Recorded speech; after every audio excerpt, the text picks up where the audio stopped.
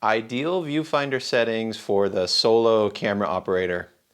So I got a little setup in my garage today. Thought I'd talk about my preferred viewfinder settings for shooting small commercial, documentary, broadcast sports. Excuse the messy workbench. At some point I will get that cleaned up. Today we'll be cycling through the ARRI Amira viewfinder settings. After 25 years of operating television cameras, to date, this is my favorite viewfinder. Essentially any of the ARRI viewfinders. And it's not so much the optics, while those are excellent, or the image quality, which is also superb. It's the enhancement settings that are available: peaking, zebra, false color. And it's not just that it has those features, it's specifically how ARRI processes the image and the range at which you can adjust each of those settings. On some of my other cameras, you're limited to a few presets, or you can't go above or beyond a limited range, and often I want to be beyond those available settings. This sample subject is the Kodak Shirley color evaluation chart. I picked this one specifically because it's from the year in which I was born, in 1978.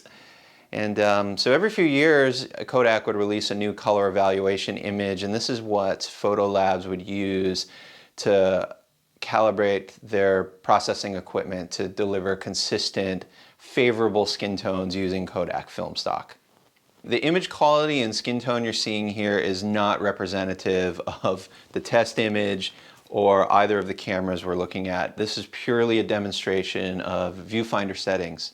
People that are newer to the business tend to be the most comfortable looking at an image without any processing enabled. And as your career progresses, you will become more confident and dependent on the image processing tools that are available, and you'll be less concerned with the pretty picture on the monitor. I see the image processing tools as very similar to what I imagine a pilot must go through when they learn how to fly and progress through their career. When you first start out, you're in the seat of a single engine aircraft, you're flying in visual weather conditions, you're looking out the windscreen and you're making decisions on pitch and roll, and I'm not a pilot, but you get the idea. You're looking out the screen, and as you climb up in your career and you get in bigger airliners and say go commercial or military, it becomes so much less about what you're seeing out the windscreen and instead being very confident in your instrumentation. And that's what allows you to fly through and above weather, fly at night, because your instruments are far more consistent than the seat of the pants or flying by eye. Now, cameras are the same way. I've made the mistake several times over the years where I'm looking at a viewfinder and the white balance is totally off. The extreme is you're out in daylight and the camera's set to interior 3200 Kelvin lighting and it looks blue, but then over time your eye just auto-calibrates and that becomes the normal image.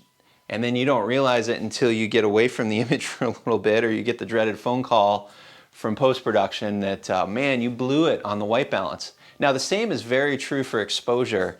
Your eye will just adapt to what looks natural and correct, even if it's under. It's a little more obvious when you're over because you can start to see things, highlights clipping. Underexposure is a chronic problem. I still make this mistake. One of my recent commercials, I shot a couple of scenes and they were a little under. We had a DIT there. And fortunately, he caught it, he called me out on it, and we made some adjustments. And it turns out I had just picked my camera up from a rental. I was not diligent about cycling through the menus to make sure all the tools were back to my preferred values.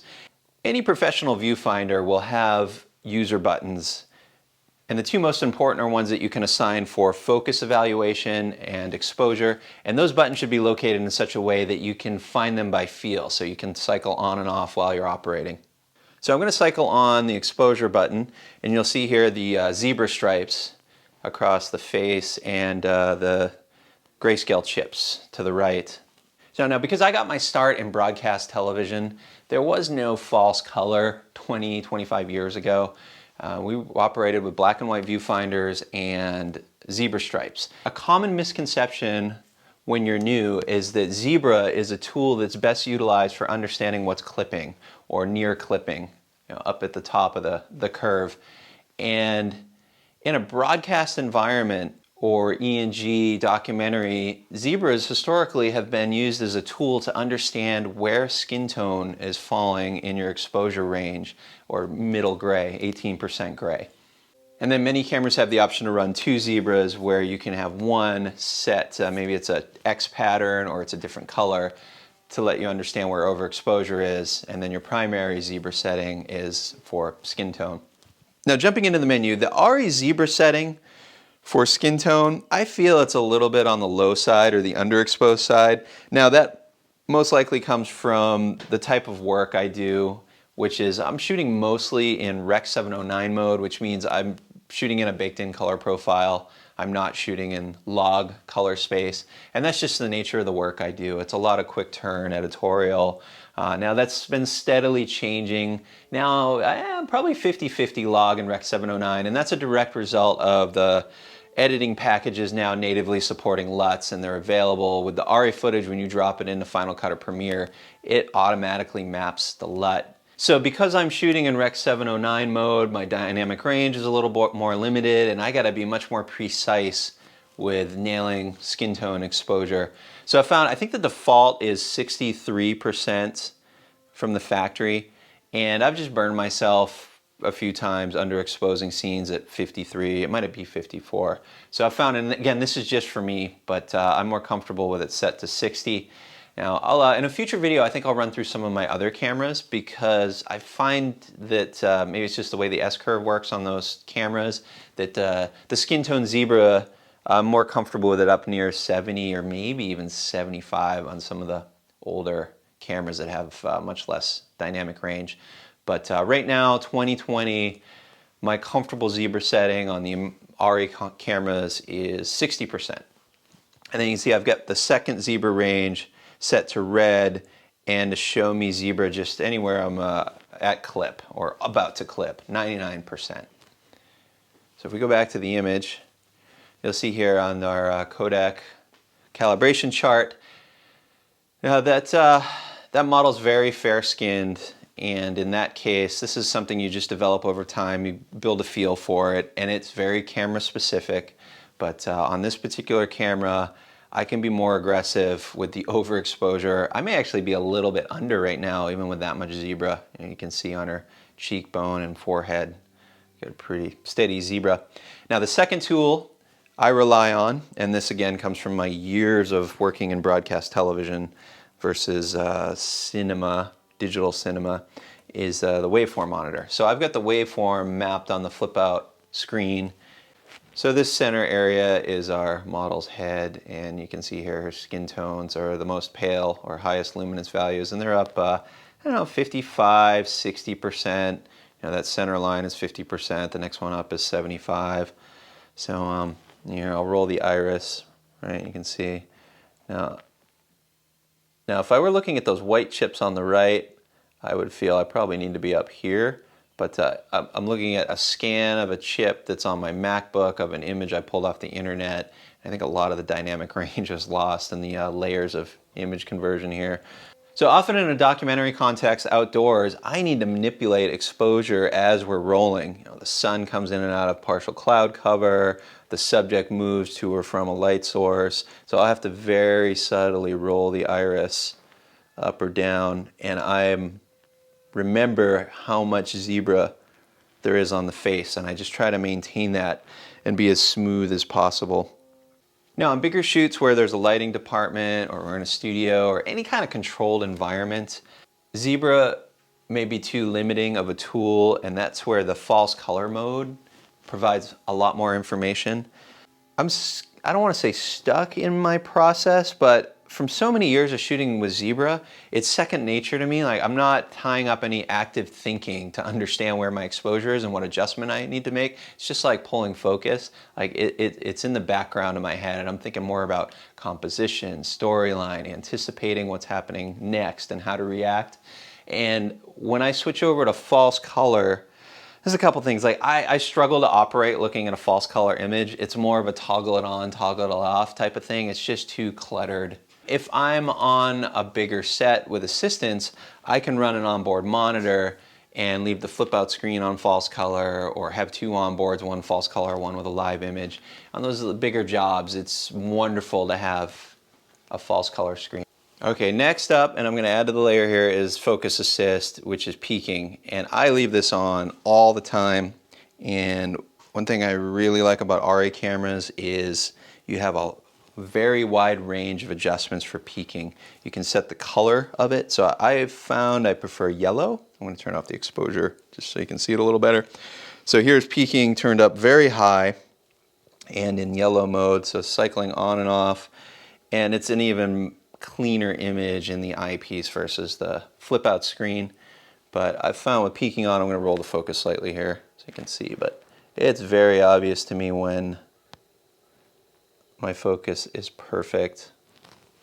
Jump into the menus here, show you the peaking options, menu, monitoring, EVF monitor, peaking.